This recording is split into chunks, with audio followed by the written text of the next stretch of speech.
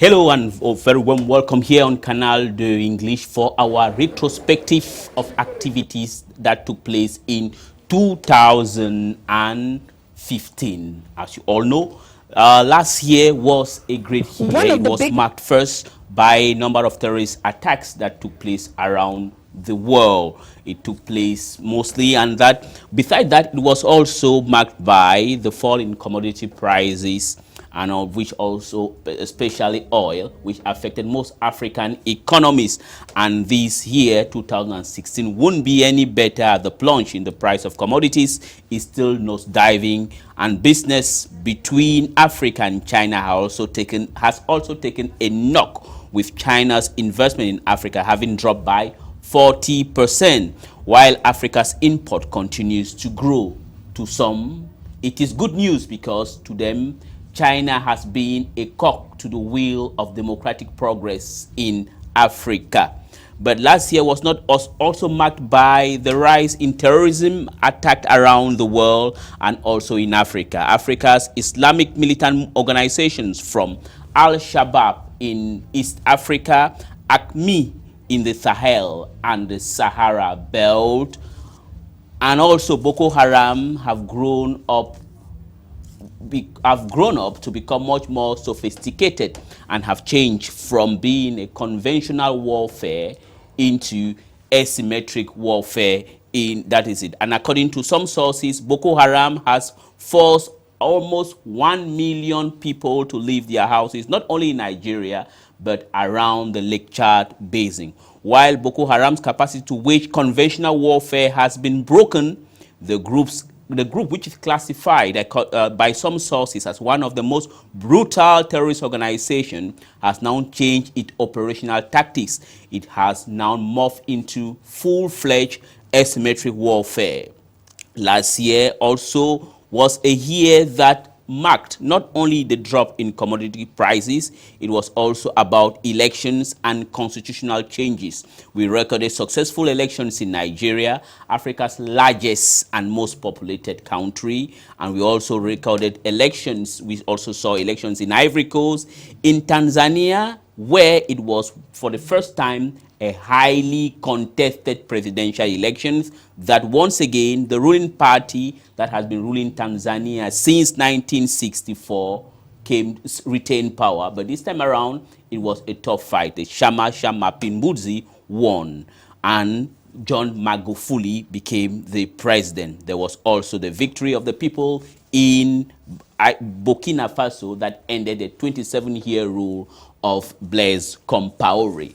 We'll be beginning this review of 2015 with terrorist attack. Remember, terrorism has grown all over the world and also in Africa.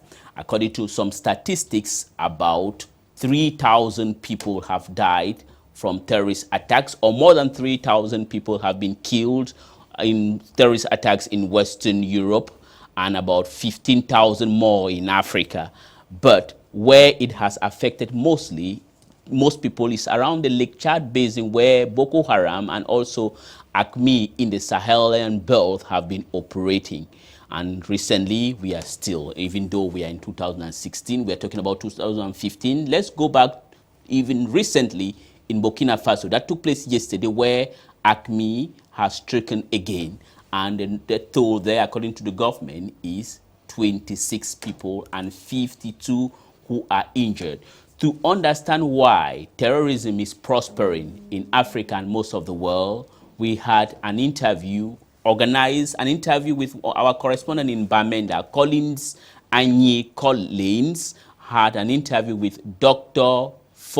Christopher Fomunyoh, who is the director for Africa for the National Democratic Institute, who explains why terrorism is prospering in Africa. It's true that we are very vulnerable, because terrorism now is an international phenomenon.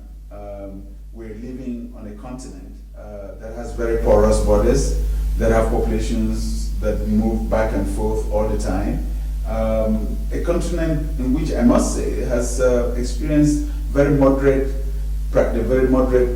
practice of very moderate Islam. And so terrorism that's linked to religion is very new to our continent. And our security forces, our armed forces are struggling to readjust the training that they receive for conventional warfare to be able to allow them to combat terrorism. We must keep in mind that we're vulnerable just because of our porous borders. And I think that an approach that is based on multilateral cooperation with each country bringing its own contribution to the fight would help, because if only one country takes on the fight, then it's very easy for these groups that are small scale groups that can move across borders very easily to escape from pressure, say in Nigeria, onto the Cameroon side of the border. And I think that the multinational approach that is being put forward, especially with regards to tackling Boko Haram in our sub-region, is something that could all, because suicide bombings is something that we have never experienced as a country. And to realize that civilian populations will be exposed to such hideous acts by other civilians or people dressed in civilian clothing was very alarming for me and really shocking, because terrorism, the ultimate intention of terrorists is not just to occupy space or conquer space and occupy it. It's also to change our behavior psychologically. There's a lot of psychological warfare involved. And so when they start using suicide bombings or suicide bombers, it's a sign that they want to terrorize us to the extent where we can change our working habits, to the extent where people will be afraid to go to a public market, or even worshippers will be afraid to go to the mosque or to the church because they're becoming vulnerable. And that's how these extremist groups try to impede a sense of normalcy in our society. And so my hope, my prayer, my encouragement is to my fellow compatriots is to make sure that we don't get deterred by these kinds of extremist actions, including suicide bombings, that we don't allow those actions to influence our way of life. Because if we do, then the terrorists will have succeeded and we cannot afford. No, I don't see how anyone could condone terrorism, because even when people have grievances, it's important that they bring the grievances to the table, because there's no way that the rest of the world is going to allow for terrorism to become the governing modus operandi for the rest of the world. And if these extremists, jihadists and others, the Islamic State in the Middle East, if they think that they're going to dominate the rest of the world through military strength, then they're fooling themselves. Ultimately, they may cause some casualties in some countries. They may hold on to a small piece of territory for a little while, but I think the world as a whole is mobilized to make sure that we can continue to live in the 21st century in a way that doesn't take us back to the 18th or 19th century. So ultimately, I am confident that terrorism is going to be defeated militarily. My real concern is for the collateral damage that will be caused in the social sector, in the commercial sector, the lives of kids that are being destroyed because they can't afford to go to school for fear of terrorism, and how countries such as Cameroon deal with the collateral damage that will come from fighting Boko Haram in our own case, even after Boko Haram has been defeated militarily. And that was part of the experience that I got when I visited the extreme north, Marwa, Mayolo, and other parts of our country, to see for myself the damage that was being caused to the civilian populations. Well, that was Dr. Christopher Fomunyoh, who is also the chairman of the Dr. Fomunyoh Foundation and Africa Director of the National Democratic Institute. Before we're going to introduce you another person who spoke also on terrorism, who is Ebeny Weslesy, who's a retired colonel. Before that, let me give you the note on terrorism effect, because it is really having a toll on Africa. Foreigners killed at Burkina Faso luxury hotel. That one took place yesterday. An update made today, that is 3 hours ago, from the BBC. Burkina Faso's government says 26 people were killed and a further 56 injured after Islamic militants attacked a hotel in the capital, Ouagadougou, popular with foreigners. Al-Qaeda in the Islamic Maghreb, known as Ebeny, has said it carried out the attack, which began on Friday night. The siege at the Splendid Hotel was declared over after a joint operation by local and French security forces. Those killed come from at least 18 different countries. That is the effect of terrorism. And here in Cameroon last Friday, it was again at Kolofata where Islamic militants allegedly belonging to Boko Haram detonated a bomb. An Islamic militant, allegedly member of Boko Haram, detonated a bomb in a mosque during prayers. As far as Islamic attacks and terrorism is concerned, there are many versions and many people have their own opinion about it. As far as Cameroon is concerned, most people think that it is not only a problem originated from the Nigerian Boko Haram organization. This is what Mr. Ebeny Weslesy has regarding the Cameroonian version of Boko Haram. Exactly. Aqua is Nigeria. But they are the same people we are talking about. Exactly, they speak the same language. Voila. Yes, the same language. So when they kidnap people there, they bring here, they are talking, oh, you know, they keep this one, we are coming and share the money. It's exactly that. So the rebellion started in Cameroon, but the Cameroon armed forces were strong enough to counter them. Yeah. To stop and stabilize the battlefield. Now, remember, I want you to remember, you people, there was a time Mr. Shekau said he don't have nothing to do with what is happening in Cameroon. Exactly. But 6 months after, he declared that Paul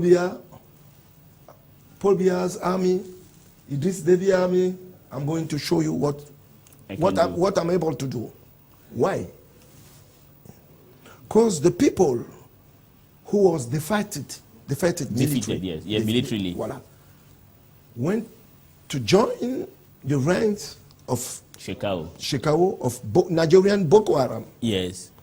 And then even the ex-rebels of Central Africa, the Central Republic of the Central African Republic, yes. And the ex-rebels of Chad was packed, all of them, in the Borno state in Nigeria.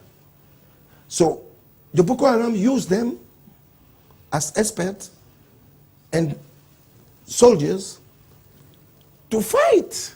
That's why the Boko Haram started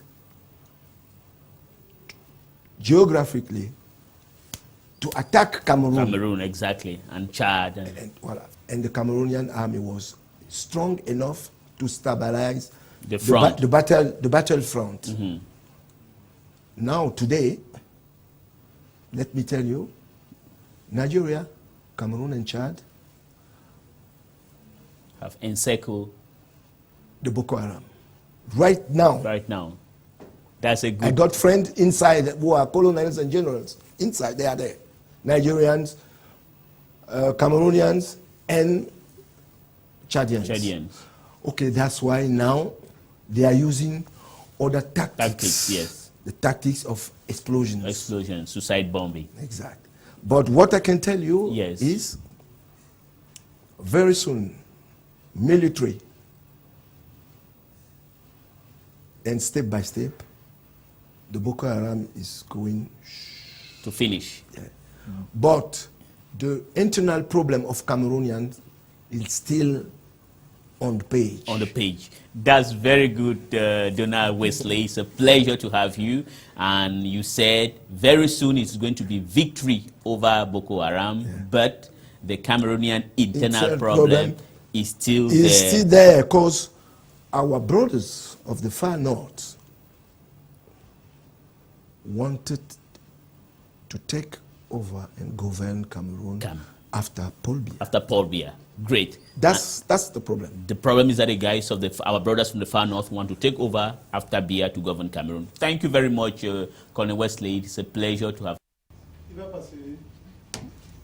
Good. That was, as you have said, you've seen for yourself, Colonel Ebeny Weslesy, he's a retired colonel. As I had introduced earlier, people have their own version or interpretation on why Boko Haram has extended its tentacles into Cameroon. And according to retired Colonel Ebeny Weslesy, it is an internal problem in Cameroon, and also because, according to him, it is the desire of, as he said, our brothers of the far north or the greater north, their desire to conquer power that they lost in 1982 when Ahidjo gave power to Paul Biya. Anyway, that is what he's saying. We are going to leave the problem of terrorism and the death it has caused, and the most recent one is what that took place in Burkina Faso, precisely in Ouagadougou, to another major topic that marked 2015. And the great question that many people have been asking is this: is democracy advancing or regressing in Africa? But statistics show that it is advancing, because if you take an example, in West Africa, out of the 15 countries that make up the economic community of West African states, only 2 have not had democratic elections or have leaders that are in power for more than 10 years. That is the case. Those countries are Togo and Gambia. The rest have leaders that have been in power for less than 10 years. And 2015 witnessed the first peaceful transfer of power between civilian presidents in Nigeria, whereas incumbents retained power in Sudan, Togo, Guinea, and Ivory Coast.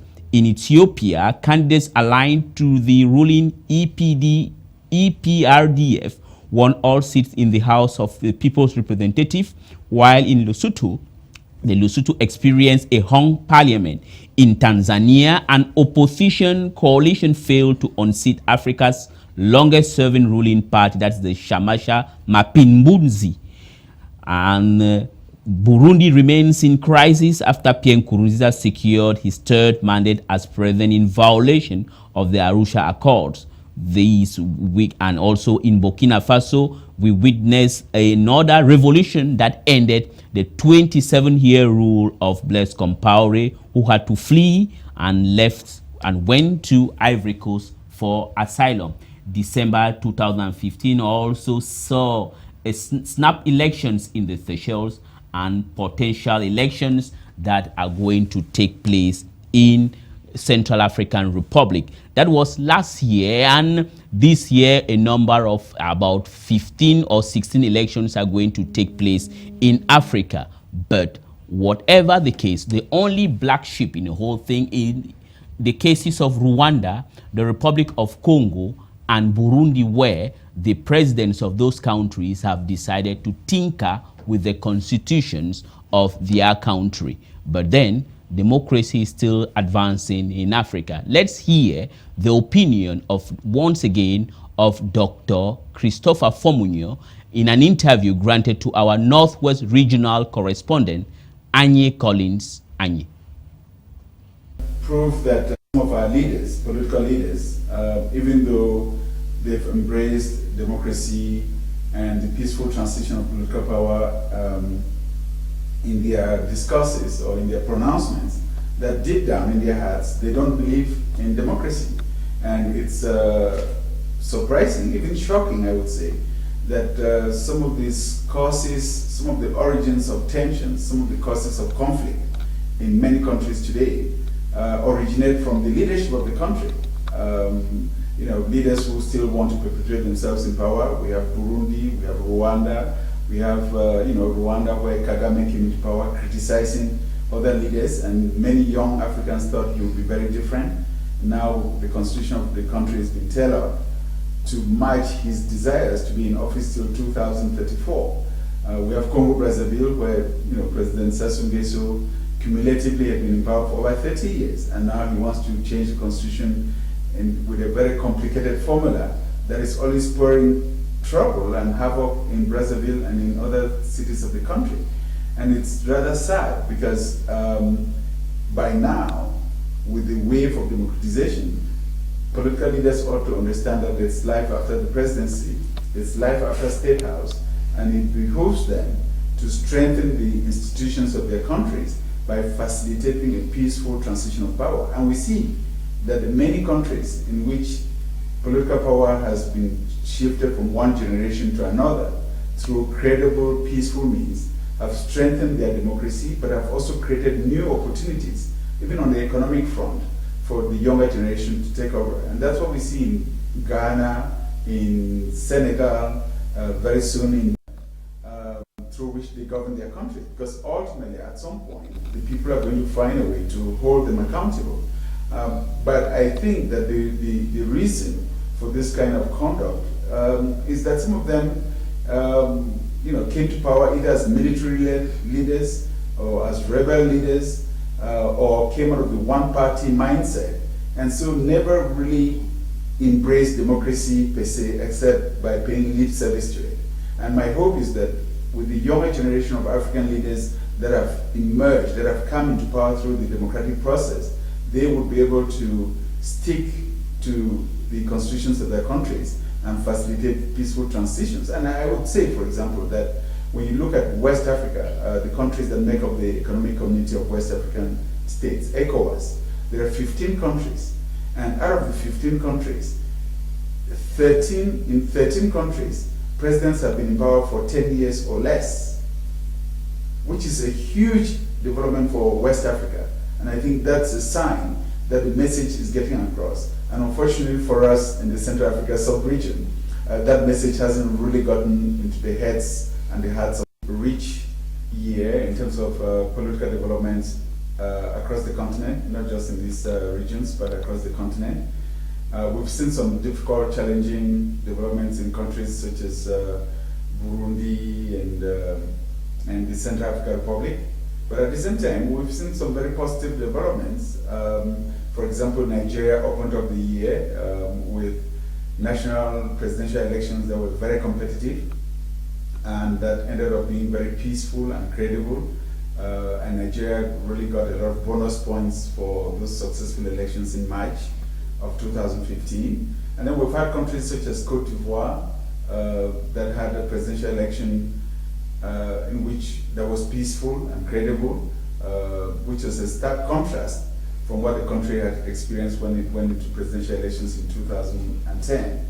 So Cote d'Ivoire, Guinea-Conakry, and Burkina Faso have contributed to the list of success stories for 2015. So on balance, I would say that despite the challenges that some African countries still face, the overwhelming majority of countries are moving in the right direction. Obviously, there's still a lot of work to be done, but African democrats need to be commended for staying the course, being tenacious.